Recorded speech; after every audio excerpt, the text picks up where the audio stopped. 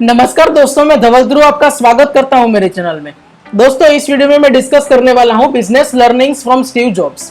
यह video part 2 है। मैं पार्ट 1 पहले ही बना चुका हूं, आप आई बटन पे चेक कर सकते हैं और इवन आपको डिस्क्रिप्शन में भी लिंक मिल जाएंगी, आप वहां से जाके उस वीडियो को देख सकते हैं। तो चलिए दोस्तों, हम इस वीडियो को स्टार्ट करते हैं।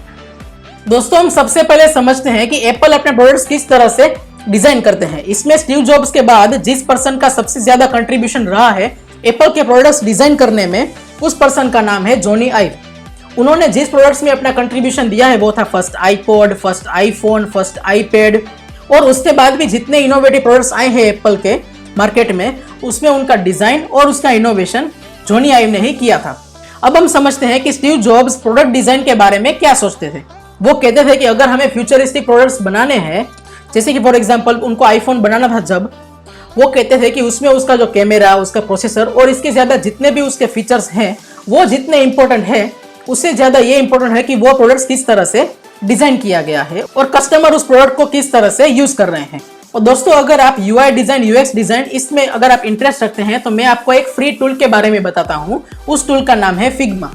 इसकी लिंक मैंने डिस्क्रिप्शन में दी है, वहां से जाके आप उस टूल को चेकआउट कर सकते हैं और उसके बारे में आप सीख सकते हैं उसमें। उसके बाद जो हम सीख सकते हैं स्टीव जॉब्स से, वो था focus in details. Steve jobs technology की दुनिया में रिवॉल्यूशन लाना चाहते थे, जिससे दोस्तों आपको लगता होगा कि उसमें उनको बहुत बड़ी प्रॉब्लम सोल्व करने की जरूरत पड़ती होगी, लेकिन ऐसा नहीं है दोस्तों। वो कस्टमर से फीडबैक लेके कस्टमर्स की छोटी छोटी प्रॉब्लम्स को वो एक एक करके सोल्व करते थे, जिससे बहुत सारी वो छोटी छोटी प्रॉब्लम सोल्व करते थे कस्टमर की, जिससे इवेंचुअली उन्होंने टेक्नोलॉजी की दुनिया में रिवॉल्यूशन ला दिया। और दूसरी बात, वो ज्यादा डेटाज में बिलीव नहीं रखते थे। जैसे कि फॉर एग्जांपल कोई बिजनेस पर्सन उनको कहता था कि आपको इस तरह के प्रोडक्ट्स बनाने चाहिए मार्केट में सक्सेसफुल होने के लिए, वो इस तरह की चीजों में वो बिलीव नहीं रखते थे स्टीव जॉब्स। वो अपने दिल पे विश्वास रखते थे, वो अपने आप पे विश्वास रखते थे, और उनको जो लगता था कि इस तरह के प्रोडक्ट्स मार्केट में चल सकते हैं, सक्सेसफुल हो सकते थे, उस तरह के वो प्रोडक्ट्स मार्केट में लाते थे। उसमें भी वो छोटी छोटी चीजों में वो परफेक्शन ढूंढने की वो कोशिश करते थे। दोस्तों, उसके बाद जो हम चीज सीख सकते हैं स्टीव जॉब्स से, वो है सिंप्लिसिटी। स्टीव जॉब्स जब 1997 में वापस आए थे एप्पल में, तब एप्पल में 17 प्रोडक्ट्स थे। उसमें से उन्होंने 14 प्रोडक्ट्स को निकाल दिया था और सिर्फ 3 प्रोडक्ट्स को ही रखा था। वो कहते थे कि हमें सिर्फ ऐसे प्रोडक्ट्स में ही काम करना चाहिए जो मार्केट में चल रहे हैं, और हमें ऐसे प्रोडक्ट्स में काम नहीं करना चाहिए जो मार्केट में सक्सेसफुली नहीं चल रहे हैं। और एप्पल दूसरी चीजों में भी फेमस है, वो है रिमूविंग द फीचर्स। जब स्टीव जॉब्स ने फर्स्ट टाइम आईफोन को इंट्रोड्यूस किया था, तो उसमें से उन्होंने कीपैड को पूरी तरह से रिमूव कर दिया था। यह फर्स्ट चीज थी जो स्टीव जॉब्स ने करी थी, जो उनकी सिंप्लिसिटी को दर्शाता है। दूसरी चीज, जब एप्पल ईयरपोड्स को सेल कर रहे थे, तब उन्होंने हेडफोन जैक का फीचर अपने फोन से निकाल दिया था। यह थोड़ा डिबेटेबल टॉपिक बन गया था कि हेडफोन जैक को क्यों निकाला, यह एक इंपॉर्टेंट फीचर था। इन शॉर्ट, मैं आपको दोस्तों ये समझाना चाहता हूं कि अगर आपको सक्सेसफुल प्रोडक्ट लॉन्च करने हैं, तो ऐसा जरूरी नहीं है कि आप नए नए फीचर्स को ऐड करें। इवन आप फीचर्स को रिमूव करके भी सक्सेसफुल प्रोडक्ट्स आप लॉन्च कर सकते हैं। उसके बाद जो चीज हम सीख सकते हैं वो है एप्पल डिजाइन फर्स्ट मेंटालिटी। यानी कि एप्पल की जो टीम है, वो लोग पहले प्रोडक्ट को डिजाइन करते हैं कि कैसे वो कस्टमर के एक्सपीरियंस को बेटर कर सकते हैं। उसके बाद वो सोचते हैं कि इसको टेक्निकली किस तरह से अचीव किया जा सकता है।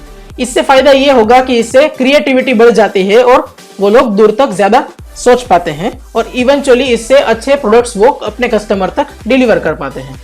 और अगर वो लोग पहले टेक्निकल चीजों को सोचेंगे तो ज्यादा वो दूर तक नहीं सोच पाएंगे और वो टेक्निकल चीजों में ही फंस के रह जाएंगे।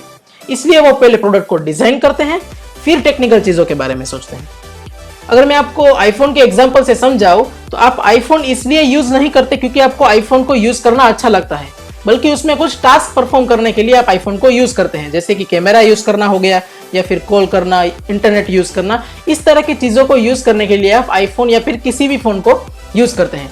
अगर ये सभी चीज को करना अगर आसान है, इजी टू परफॉर्म है किसी भी फोन में, तो वही चीज डिसाइड करती है कि आपका प्रोडक्ट सक्सेसफुल होगा या फिर नहीं होगा मार्केट में। उसके बाद जो हम चीज सीख सकते हैं स्टीव जॉब्स से, वो है presentation skills of a Steve jobs. यानी कि स्टीव जॉब्स किस तरह से अपने प्रोडक्ट को अपने ऑडियंस के सामने प्रेजेंट करते थे।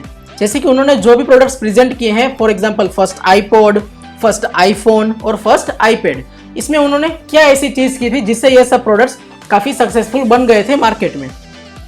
तो फर्स्ट चीज उन्होंने की थी कि वो अपने प्रोडक्ट में स्टोरी लाइन को इंक्लूड करते थे प्रेजेंटेशन में। और उसके साथ साथ वो की मैसेज को भी इंक्लूड किया करते थे। अब मैं आपको एग्जांपल से समझाता हूँ।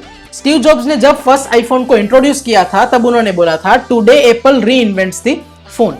यह बात ऐसी थी कि लोगों के दिमाग में आसानी से छप गई थी, क्योंकि यह बात काफी शॉर्ट थी, अटेंशन ग्रेबिंग थी, लोगों का अटेंशन इसमें आसानी से आएगा, और यह बात काफी सिंपल भी थी समझने में।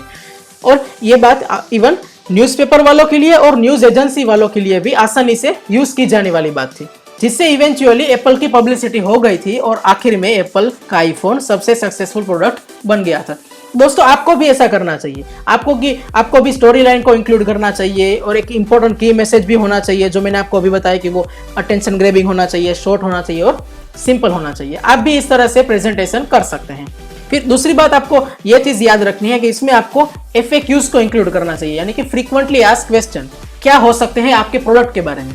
जैसे कि फॉर एग्जांपल आईफोन में FAQs क्या हो सकते हैं कि उसमें बैटरी लाइफ कैसी है, उसमें प्रोसेसर कितना पावरफुल है, क्योंकि इतनी बड़ी स्क्रीन होती है जिसमें अच्छी बैटरी लाइफ का होना भी जरूरी होता है और इवन अच्छे प्रोसेसर होना भी जरूरी होता है। तो इस तरह के दोस्तों आपको भी FAQs को इंक्लूड करना चाहिए। फिर उसके बाद आपको ये सबसे इंपॉर्टेंट चीज करनी चाहिए, वो है प्रॉब्लम सॉल्विंग, यानी कि आप आपके प्रोडक्ट के थ्रू ऐसी कौन सी प्रॉब्लम को सॉल्व कर रहे हैं।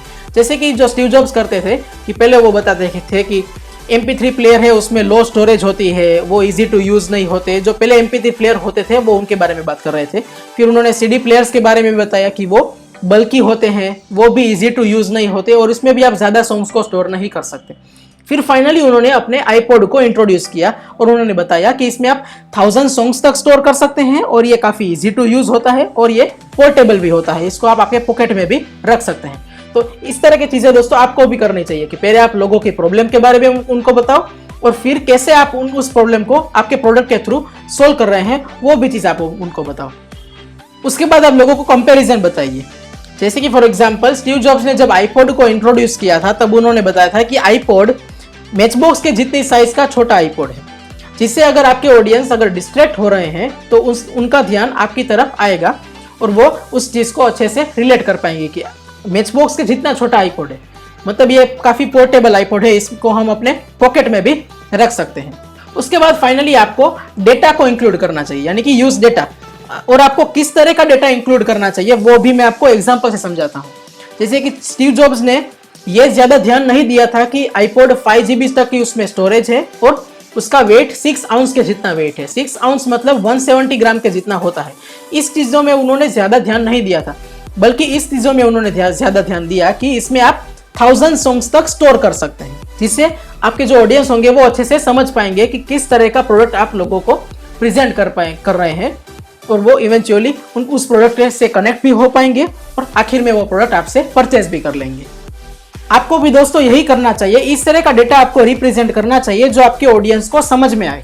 जैसे मैंने आपको अभी एग्जांपल बताया था कि स्टीव जॉब्स ने बोला था कि इसमें आप 1000 सॉन्ग्स तक स्टोर कर सकते हैं अपने आईपॉड में, और कुछ दूसरी टेक्निकल चीजें थी उनमें उन्होंने ज्यादा ध्यान नहीं दिया था। आपको भी यही करना चाहिए, एक ऐसा डेटा आप रिप्रेजेंट कीजिए जो आपके ऑडियंस को आसानी से समझ में आए, तभी ऑडियंस अच्छे से समझ पाएंगे और आपका प्रोडक्ट परचेस करेंगे या फिर खरीदेंगे। दोस्तों, मैंने ये सब जो आपको लेसन्स बताए हैं वो मैंने the presentation secrets of Steve jobs इस बुक से बताए हैं, और कुछ इंटरनेट सोर्सेज से भी मैंने आपको ये सब चीजें बताई है। अगर आपको ये बुक परचेस करनी है तो मैंने डिस्क्रिप्शन में लिंक दी है, आप वहां से जाके इस बुक को खरीद सकते हैं। तो दोस्तों, आज के लिए बस हम इतना ही रखेंगे। अगर आपको ये वीडियो अच्छा लगा है तो आप इस वीडियो को लाइक कीजिए, अपने फ्रेंड्स के साथ इस वीडियो को शेयर कीजिए। आपके कोई भी डाउट्स हो तो मुझे नीचे कमेंट में बताइए, और इस चैनल को सब्सक्राइब कीजिए और उस पास वाले बेल आइकन को क्लिक कीजिए। Thank you so much for watching this video.